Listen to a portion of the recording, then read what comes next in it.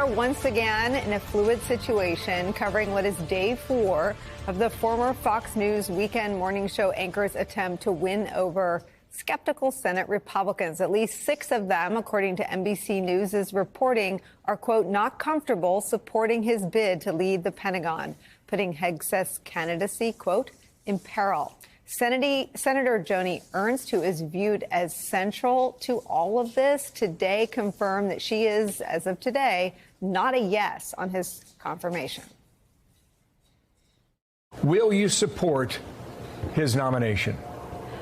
Well, I did have a very long, lengthy discussion with Pete yesterday, and I do appreciate his service to the nation. I also am a combat veteran. So we talked about a number of those issues, and we will continue with the vetting process. I think that is incredibly important. So again, all I'm saying is we had a very frank and productive discussion, and I know that we will continue to have conversation in the upcoming months. Okay, it doesn't sound on your answer that you've gotten to a yes. If I'm wrong about that, correct me. And if that is the case, it sounds to me as if the hearing will be critical for his nomination. Am I right about that? I think you are right. In fact, the nomination is so much in peril that we are monitoring this closely. We will be for the next 2 hours for any sign that Hegseth's status as Trump's first choice to run the Pentagon could change. Or, as has been widely reported, that Donald Trump has changed his mind and tapped one of his alternates, someone like Florida Governor Ron DeSantis, who, according to 4 sources, Trump is already, quote, in advanced talks with about taking the job. So far, Hegseth's attempt to win over key Senate Republicans is not going very well. Case in point, as we showed you, Joni Ernst, who is the first female combat veteran elected to the Senate and a vocal advocate for survivors of military sexual trauma. Here's more of what she had to say after meeting with Hegseth yesterday. Can you summarize it for us? It was a very frank, thorough discussion. So will you support Mr. Hegseth's nomination? It was a frank and thorough conversation. Did he ask you for your vote specifically? Thank you. When you met with Matt Gaetz, you said he brought up some of the allegations against him. Did Pete Hegseth bring up any of these things? It was a very thorough conversation. And also, Frank? Any of your concerns? Did you alleviate any of your concerns? Keep walking, Elliot. Guys, need a pathway.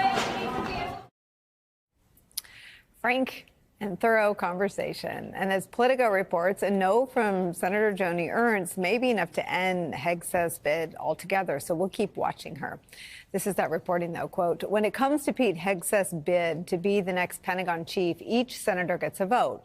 But one vote matters more than the others. Hegseth can afford to lose only 3 Republican votes in the Senate before his nomination would fall apart, assuming Democrats remain unanimously opposed. It is unclear how many others would take her cue, but her status as the Senate's first female combat veteran and track record on the issue of military sexual assault gives her added influence and credibility. But you do have to hand it to Hegseth. He says he's still going for it, full steam ahead. Do you feel like you're making progress in these meetings? Great meetings. Yeah. Appreciate the process. Senators give great advice, and this is how the process works. It's not going to be tried out here. It's going to be discussed inside the offices, how we rebuild our military, put the warfighters first. That's what President Trump has asked me to do, and that's what we'll continue to do. Are there any circumstances where you would withdraw from this process? I'm here with the support of President Donald Trump. As long as he supports me, which he told me this morning, I'll be here. And we know Donald Trump supports people like Pete Hegseth in these situations 100% of the time, right up until he does not at all. Shortly before we came on the air, Pete Hegseth emerged from his meetings with Senate Republicans on Capitol Hill. Here's more of what he had to say. I'm a different man than I was years ago, and that's a redemption story that I think a lot of Americans appreciate. I will answer all of these senators' questions, but this will not be a process tried in the media. I don't answer to anyone in this group, none of you, not to that camera at all. I answer to President Trump, who received 76 million votes on behalf and a mandate for change. Pete Hegseth, in his own words, on a redemption tour. It's where we start today with some of our most favorite reporters and friends. With me at the table, NBC News correspondent Vaughn Hilliard joins us, and Democratic strategist and professor at Columbia University, MSNBC political analyst Basil Smikle's here. Also joining us, former Republican Congressman, MSNBC political analyst David Jolly's here. Vaughn Hilliard. There are a lot of things about Pete Hegseth that Trump likes, the TV persona being one of them. I'm guessing the toxic male aura, another one of them. But there are as many things now that he doesn't like. The accounts as recently as 1 month ago from our colleagues from our NBC News colleagues reporting from 10 sources, current and former employees of Fox News, about him being drunk and smelling of alcohol until moments before he went on the air. That's something that Donald Trump doesn't like. And I think that this is a conversation that should be around Donald Trump's judgment. Let's be very clear. This isn't about Pete Hegseth to a great degree. This is about Donald Trump making decisions from his gut, in haste, without consultation, without FBI background checks. Donald Trump feels like he won this election, and the American people told him that he should move forward and proceed with the band of brothers who he believes he can best run this administration through.